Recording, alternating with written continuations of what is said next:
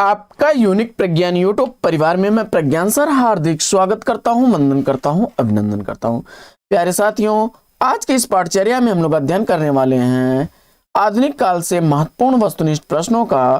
तो आज का यह प्रैक्टिस सेट, अगर आप टीजीटी पीजीटी जैसी प्रोक्ता LT grade UGC net JRF आदि विभिन्न प्रतियोगी परीक्षाओं की तैयारी कर रहे हैं तो आपके लिए वीडियो यह होने वाला है काफी महत्वपूर्ण साथियों। तो आज की इस पाठचर्या को प्रारंभ करें। इससे पूर्व फटाफट वीडियो को लाइक और शेयर कर दीजिए। चैनल पर पहली बार होंगे तो चैनल को सब्सक्राइब करना बिल्कुल ना भूलें। तो बिना समय गंवाए प्रारंभ करेंगे पाठचर्या और देखेंगे आज का पहला प्रश्न। पल्लव के रचयिता हैं, पल्लव के रचनाकार कौन है, इसका आपको जवाब बताना है। और इस प्रश्न का जवाब आपने चयनित कर लिया है सुमित्रानंदन पंत को, तो बिल्कुल सही जवाब। अगला प्रश्न है कि पद्मावत के रचनाकार कौन है या पद्मावत किसकी रचना है। दिए गए विकल्पों में से आपने मलिक मोहम्मद जैसी को चुनकर के इस प्रश्न का बिल्कुल सही उत्तर दिया है। अगला प्रश्न,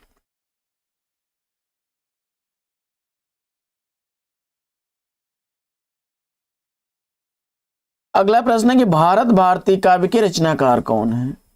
भारत भारती कृति का रचनाकार आपको बताना है। प्रश्न संख्या 3 का राइट आंसर, अगर आपने चयनित कर लिया है मैथिली शरण गुप्त को, तो विकल्प सी इस प्रश्न का बिल्कुल सही जवाब। अगला प्रश्न है कि दोहा कोश के रचयिता कौन है। दोहा कोश का रचनाकार अगर आपने चुन लिया है सराहपा को, तो विकल्प सी इस प्रश्न का बिल्कुल सही जवाब। प्रश्न संख्या 5, पृथ्वीराज रासो के रचयिता कौन है। पृथ्वीराज रासो का रचनाकार कौन है, इसका आपको जवाब बताना है। प्रश्न संख्या 5 का राइट आंसर आपने चंद्रवरदाई को चुना, तो विकल्प सी इस प्रश्न का बिल्कुल सही जवाब। अगला प्रश्न है कि बीजक के रचनाकार कौन है। बीजक कृति का रचनाकार आपने चुन लिया है। देखिए, बीजक जो है कबीरदास की रचनाओं का संग्रह है, जिसको धर्मदास ने संकलित किया था, जिसमें साखी, शबद और रामायणी तीनों का संकलन है। धर्मदास ने इनके शिष्य, कबीरदास के शिष्य धर्मदास ने तीनों का संकलन बीजक नाम से संकलित किया था। तो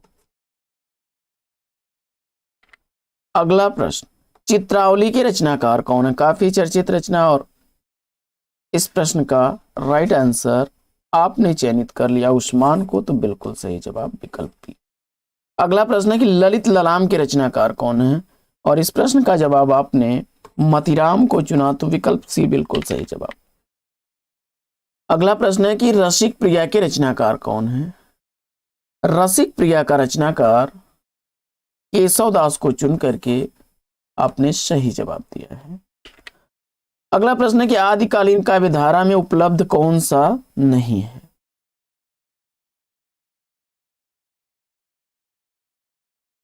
आपने सिख साहित्य को चुना, विकल्प सी को, तो बिल्कुल सही जवाब। अगला प्रश्न है कि चंदायन के रचनाकार आपसे पूछा जा रहा है, और इस प्रश्न का राइट आंसर आपने विकल्प सी को चुना, मंझन को, तो राइट आंसर है। क्षमा करें, चंदायन मुल्ला दाऊद की रचना है।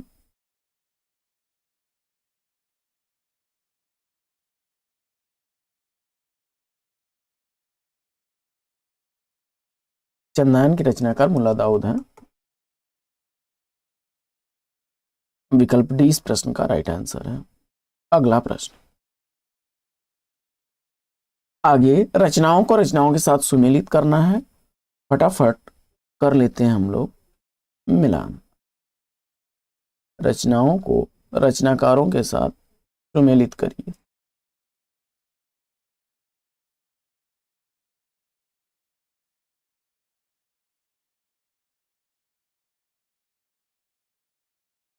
तो इसमें मृगावती के रचनाकार कुतुबन, चंदायन के रचनाकार मुल्ला दाऊद, अखरावट जैसी की रचना है मधुमालती, मंझन की रचना है।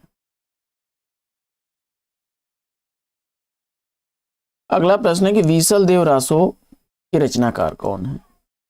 वीसल देव रासो का रचनाकार नरपति नाल को चुन करके आपने इस प्रश्न का बिल्कुल सही जवाब दिया है। अगला प्रश्न है कि अनुराग बांसुरी किसकी रचना है? अनुराग बांसुरी के रचनाकार आपने नूर मोहम्मद को चुना, तो बिल्कुल सही जवाब। अगला प्रश्न है कि सखी वे मुझसे कहकर जाते हैं काव्य पंक्तियां किस रचनाकार की हैं? इस प्रश्न का राइट आंसर आपने मैथिली शरण गुप्त को चुन करके बिल्कुल सही जवाब दिया है। अगला प्रश्न,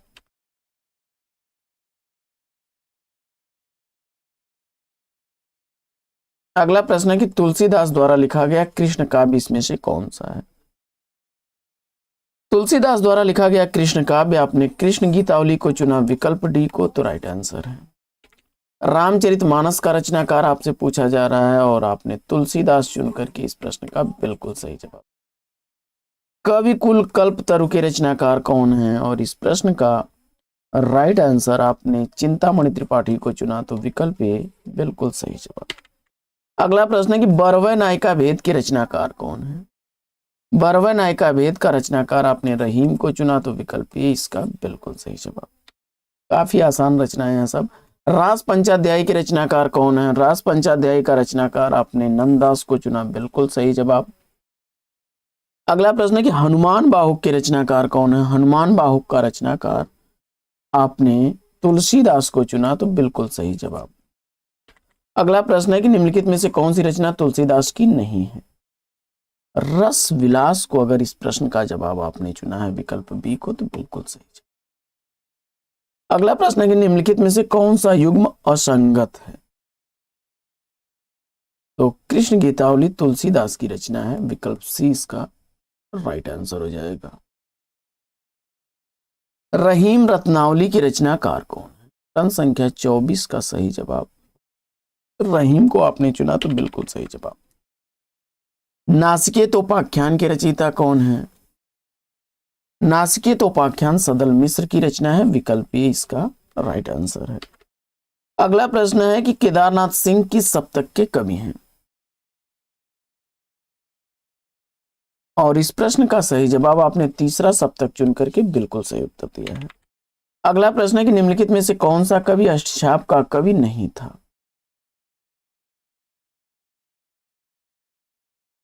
दिए गए विकल्पों में आपने हरिव्यास देव को चुना, तो विकल्प डी बिल्कुल सही जवाब। अगला प्रश्न है कि निम्नलिखित में से कौन सा युग्म संगत है? तो इसमें आह वेदना मिली विदाई जयशंकर प्रसाद विकल्प ए को चुना, तो बिल्कुल सही जवाब। अगला प्रश्न है कि रस सूत्र अनुमितिवादी व्याख्या करने वाले आचार्य कौन है? और इस प्रश्न का राइट आंसर आपने विकल्प डी संकूप को चुना, तो राइट आंसर है। बढ़ते हैं आगे और देखते हैं अगला प्रश्न। अगला प्रश्न है कि स्वदेशी कुंडल नामक काव्य संग्रह की रचना करने वाले कवि कौन है? स्वदेशी कुंडल किसकी रचना है? स्वदेशी कुंडल का रचनाकार आपने चुन लिया राय देवी प्रसाद पूर्ण को, तो विकल्प 20 प्रश्न का बिल्कुल सही जवाब। आह वेदना मिली विदाई किस नाटक के गीत की पंक्तियां हैं? इसका आपको जवाब बताना है। जयशंकर प्रसाद द्वारा लिखे गए स्कंद गुप्त नाटक से अवतरित यह पंक्तियां हैं, विकल्प सी इसका राइट आंसर। अगला प्रश्न है कि हिंदू मग पर पाँव न राख्यों काजो बहुत हिंदी भाख्यों, यह उक्त किस रचनाकार और रचना से संबंधित है?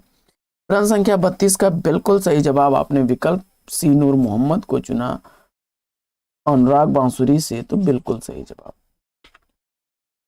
अगला प्रश्न है कि वियोग हरि का वास्तविक नाम क्या था? वियोगी हरि का वास्तविक नाम आपने हरिप्रसाद को चुना, तो विकल्प बी बिल्कुल सही जवाब। अगला प्रश्न है कि रमणीयाद प्रतिपादका शब्द काव्यम किस आचार्य का कथन है? प्रश्न संख्या 34 का सही जवाब आपने पंडित राज जगन्नाथ विकल्प सी को चुना, तो बिल्कुल सही जवाब। अगला प्रश्न है कि जन गण मन अधिनायक जय हे प्रजा विचित्र तुम्हारी है, भूख भूख चिल्लाने वाली अशुभ मंगलकारी, इन पंक्तियों के लेखक कौन है? प्रश्न संख्या 35 का सही जवाब आपने चुना नागार्जुन को, तो विकल्प 20 प्रश्न का राइट आंसर है। अगला प्रश्न है कि विखंडनवाद के प्रवर्तक कौन है? प्रश्न संख्या 36 का सही जवाब आपने देरिदा को चुना, तो विकल्प सी इसका राइट आंसर है। अगला प्रश्न है कि भक्ति काल के किस कवि को जड़िया विशेषण से विभूषित किया जाता है? और प्रश्न संख्या 37 का सही जवाब आपने अगर चयनित कर लिया है नंददास को, तो विकल्प ए इस प्रश्न का राइट आंसर। देव किस जिले के कवि थे? और इस प्रश्न का जवाब आपने इटावा चुन करके बिल्कुल सही जवाब दिया।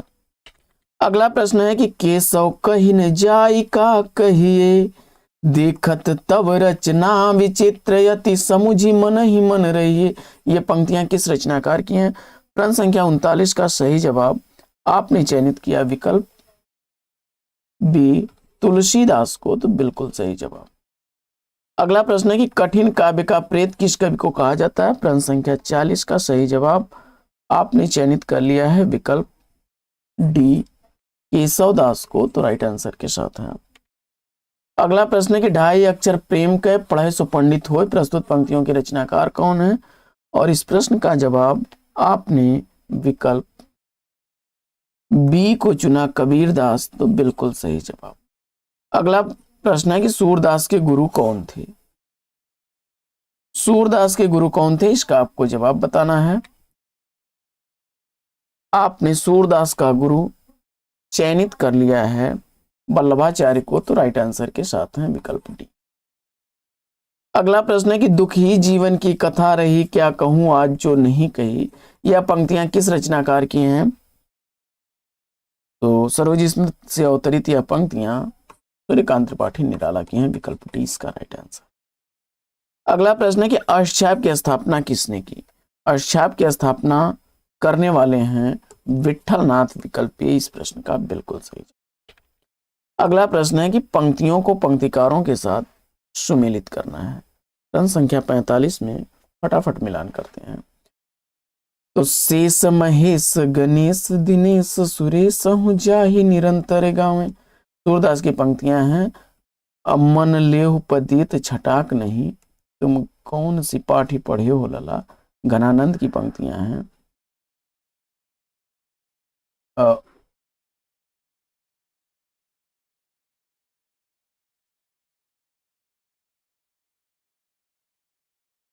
क्षमा करें,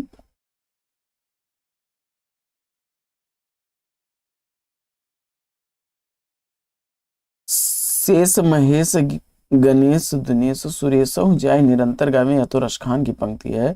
और जैसे उड़ी जहाज को पंछी फिर जहाज पर आवे, सूरदास की पंक्तियां हैं गिरा अनयन नयन बिनु बानी, यह तुलसीदास की पंक्ति है। शेष महेश गणेश दिनेश सुरेश जाय निरंतर गावे, यह पंक्तियां किसकी हैं? रसखान की हैं। और तुम कौन सी पाठी पढ़े हो लला मन लेहु पदेहु छटाक नहीं, यह पंक्तियां जो हैं घनानंद की हैं। और जैसे उड़ी जहाज को पंछी सूरदास की पंक्ति हैं।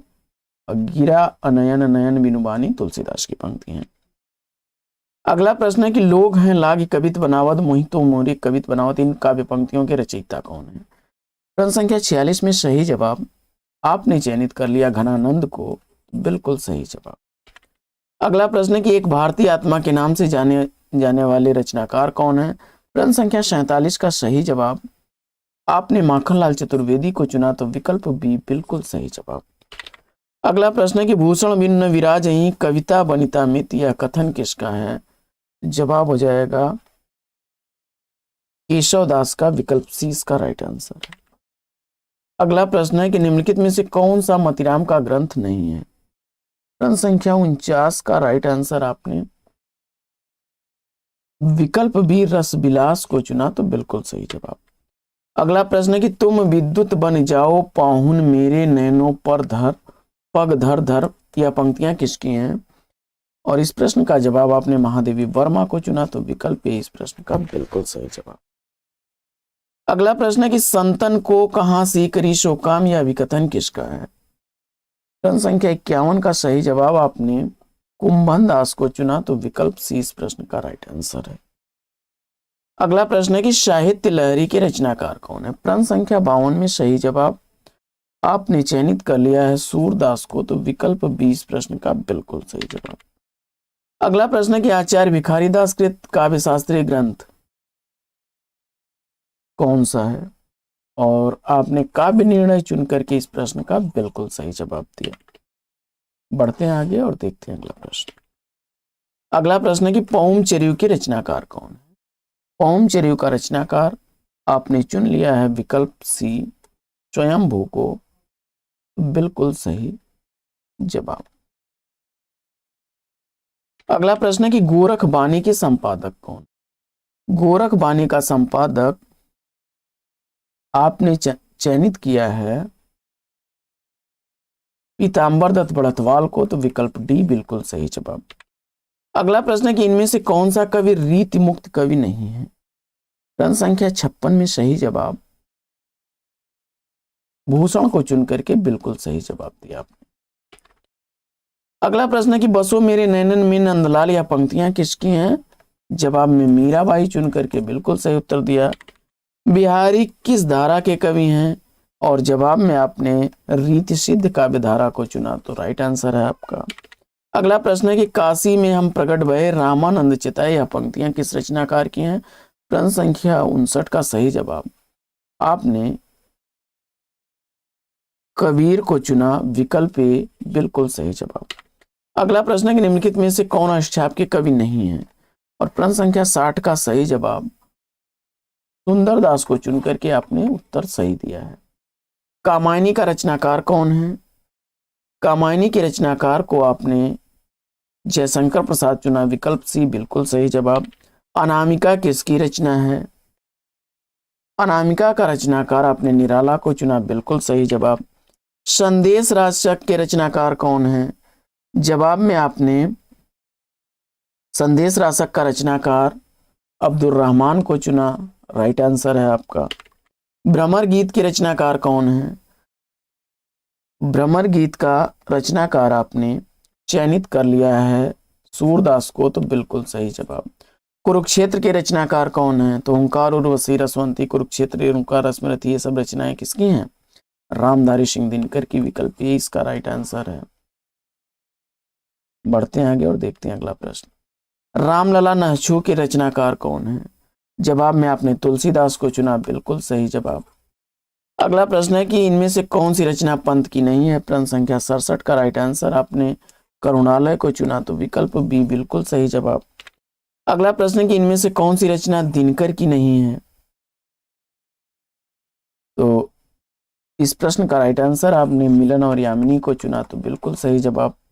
द गोल्डन गेट कृति के रचनाकार कौन है, और इस प्रश्न का राइट आंसर आपने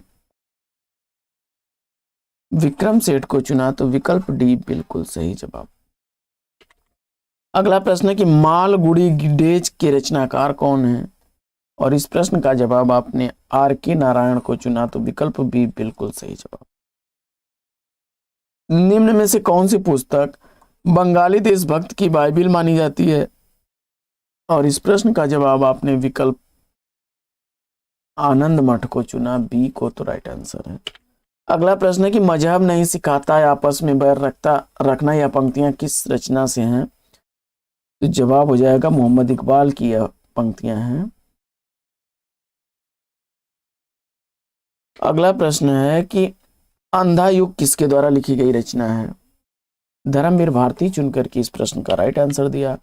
अगला प्रश्न है कि सुबह आजादी नामक कविता के लेखक कौन है, और जवाब में आपने फैज अहमद फैज को चुना, तो बिल्कुल सही जवाब। अगला प्रश्न है कि गोल्डन थ्रेशहोल्ड नामक कविता के रचयिता कौन है, और इस प्रश्न का राइट आंसर आपने सरोजनी नायडू, विकल्प सी को चुना, तो राइट आंसर है। तो साथियों आज की यह पाठचर्या कैसी लगी कमेंट्स करके जरूर बताइएगा। आज की इस पाठचर्या में लेते हैं यहीं पर विराम, फिर मिलेंगे आपसे अगले वीडियो में एक नए प्रश्न, एक नए टॉपिक, एक नए अंदाज में। तब तक के लिए लेते हैं आपसे विदा। आपका जीवन मंगलमय हो, वेस्ट विशेष बेस्ट आप लोग। जय हिंद साथियों।